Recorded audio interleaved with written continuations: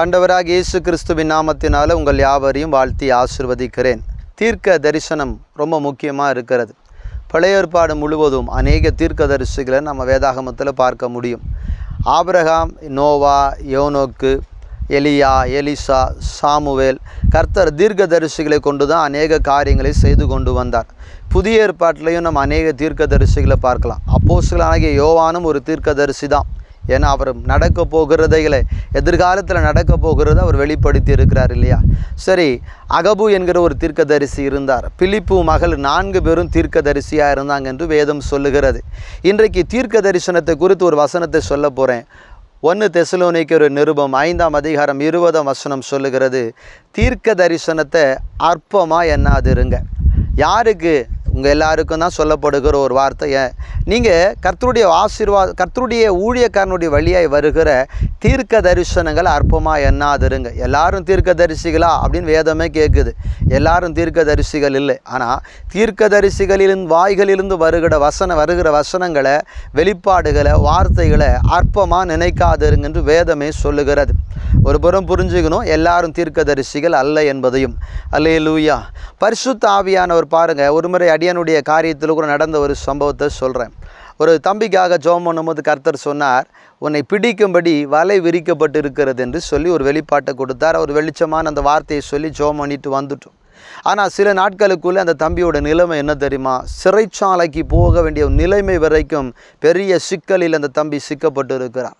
பின்பு வெளியே வந்துட்டார். ஓகே, பாருங்கள், முன் நடப்பவைகளை ஆவியானவர் வெளிப்படுத்தி இருக்கிறார்.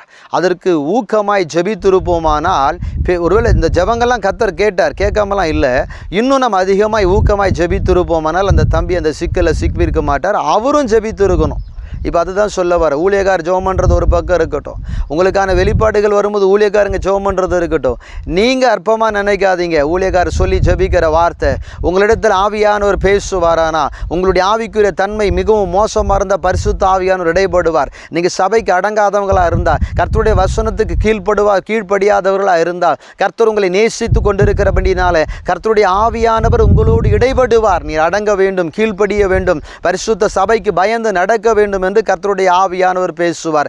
இல்லை, நான் இப்படியே தான் இருப்பேன், அற்பமாக தான் நான் நினைப்பேன் அப்படின்னா அதன் விளைவுகள் மோசமாக இருக்கும். பிரியமானவர்களே, தீர்க்க தரிசனத்தை நம்ம அற்பமாக நினைச்சிடக்கூடாது. கர்த்தருடைய ஆவியானவர் பிரசங்கத்தின் வழியாக பேசலாம், பாடலின் வழியாய் பேசலாம். அந்த நேரத்தில் உங்களோடு ஆவியானவர் எப்படி இடைபட வேண்டும் என்று விரும்புகிறார், அப்படி இடைபடுவார். பேதுரு சொல்லுகிறார், தீர்க்க தரிசனமானது சுய தோற்றத்தின் பொருளை உடையதா இராமல் ஆவியானவர் சொல்லுகிறபடி பேசுகிறாங்க. பரிசுத்த ஆவியானவர் சொல்கிறதான் சொல்கிறாங்க. நிறைய சொல்ல முடியும். ஒரு பாப்பாவுக்கு சொன்னார் கர்த்தர், ஜெபம் பண்ணும்போது திடீர்னு கல்யாணம் நடக்குன்னு சொன்னார். எனக்கே பக்குன்னு இருந்துச்சு, இந்த வார்த்தையை நான் எப்படி சொல்ல முடியும்? ஒரு வாலிப பிள்ளைக்கு நானும் அடக்கி பார்த்தேன், முடியலை. அந்த குடும்பத்தில் எல்லாரும் முன்னாடியும் சொல்லி ஜெபம் பண்ணேன். திடீர்னு இந்த பிள்ளைக்கு கல்யாணம் நடக்கும்னு கர்த்தருடைய ஆவியானவர் சொன்னார். அப்படி சொல்லிட்டு எனக்கே அச்சமாக இருந்தது. திடீர்னு கல்யாணம் நடக்கும்னா என்ன நடக்கும்? ஓடி போய் தான் கல்யாணம் நடக்கணும் இல்லையா? அப்படி நடந்துருமோ அப்படின்னு பெற்றோர்கள் பயந்து வேகமாக திருமணத்தை ஒழுங்குபடுத்தினாங்க. திருமணத்தால் ஒழுங்குபடுத்திட்டு நிச்சயதார்த்தத்துக்கு எனக்கு சொல்லி அனுப்புனாங்க. அவங்க வேறொரு சபையை சார்ந்த சகோதரி. அப்போ அவங்க ஜெபிக்கும் போது நான் சொன்னேன், என்ன ஆண்டவர், நீங்கள் சொல்லிட்டீங்க நிச்சயதார்த்தம் நடக்குது, ஒருவேளை நான் சுயத்தின்படி சொல்லிட்டேன்னு சொல்லி எனக்கு ஒரு சின்ன அச்சம் இருந்துக்கிட்டே இருந்துச்சு. இப்போ நாட்களில் பாருங்கள், நிச்சயதார்த்தம் முடிந்த ஒரு சில மாதங்களுக்குள்ளே திருமணத்தை, அதாவது ஜனவரி மாதம் திருமணத்தை ஃபிக்ஸ் பண்ணியிருந்தாங்க. நவம்பர்லேயே திருமணத்தை நடத்த கர்த்தர் செய்தார். என்ன காரணம்? திடீர்னு ஒரு நாள் ஒரு 2-3 நாளில் ஃபிக்ஸ் பண்ணிட்டாங்க மேரேஜை. அவங்க பாட்டி மறிக்க போகிறாங்க. அதனால் அங்கே மறிக்கிறதுக்கு முன்னாடி பேரனுடைய கல்யாணத்தை பார்க்கணும்னு சொல்லி ஆவியானவர் அந்த வெளிப்பாட்டை கொடுத்துருக்கிறார் இல்லையா? அப்போ பாருங்கள், அந்த காரியத்தில் அவங்க சொல்கிறாங்க, திருமணத்தை உடனே நடத்தினோம். ரிசப்ஷனை ஒன்றா கல்யாணத்துக்கு முன்னாடி எந்த தேதியில் திருமணத்தை நியமித்தோமோ அந்த தேதியில் திருமணத்தை நடத்திக்கலான்னு சொல்லி அப்படி தான் நடந்துச்சுங்க. ஆவியானவர் சொல்லும்போது நம்ம பயந்து போகணும். நான் என்ன இப்படி நடக்குமோ அப்படின்னு பயந்து போகணும். ஆனால் ஆண்டவர் அதில் ஒரு ரகசியத்தை வெளிப்படுத்தி அந்த குடும்பத்தை தேற்றினார். அல்லேலூயா, அல்லேலூயா.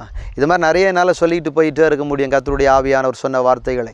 என் தேவ பிள்ளைகளை, இது நீங்கள் வெளிப்பாடுன்னு எடுத்துக்கிட்டாலும் சரி, தீர்க்க தரிசனம் எடுத்துக்கிட்டாலும் சரி, ஆனால் வேதம் சொல்லுகிறது, தீர்க்க தரிசனத்தை அற்பமாக எண்ணாதிருங்கள். ஆமேன்.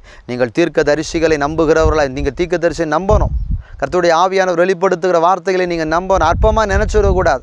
பின்னாடி ஆபத்தில் மாட்டிக்கின்னு அவதிப்படக்கூடாது. கண்ணீர் விடும்போது என்ன பண்ண, ஆண்டவரே என்னை மன்னிச்சிருங்க, அப்பவும் மன்னிக்க அவர் ஆயத்தமாக தான் இருக்கிறார். ஆனால் அந்த பாதை நீ கடந்து போய் விடுவாயே, அந்த வலி வேதனை உனக்கு வேணான்னு தானே ஆவியானவர் உனக்கு சொல்லிக் கொடுக்கிறார். அதனால் தேவ பிள்ளைகளை தீர்க்க தரிசனத்தை அற்பமாய் நினைக்காதிருங்கள். பரிசுத்த ஆவியானோர் பேசுகிற வார்த்தைக்கு செவி கொடுங்கள். ஊழியக்காரன் மூலம் கர்த்தருடைய ஆவியானோர் பேசுகிறார். அது செய்தியாக இருக்கட்டும், ஜெப வேளையில் ஜெபிக்கும் போதாக இருக்கட்டும், ஆராதிக்கும் போதாக இருக்கட்டும், எந்த நேரத்தில் ஆவியானவர் உங்களோடு இடைபடுகிறாரோ, எந்த வார்த்தை உங்களோடு கூட இடைபடுகிறதோ அந்த வார்த்தைக்கு உண்மையாய் செவி கொடுங்கள். அற்பமாயிருந்து ஆபத்திலும் சிக்கி அவதிப்படாதபடி, வேதனைப்படாதபடி, துக்கப்படாதபடி இந்த நாளில் பரிசுத்த ஆவியானவர் உங்களை எச்சரிக்கிறார். எச்சரிக்கையாக இருங்கள், அற்பமாய் எண்ணாதிருங்கள். கர்த்தர் உங்களை ஆசீர்வதிப்பாராக.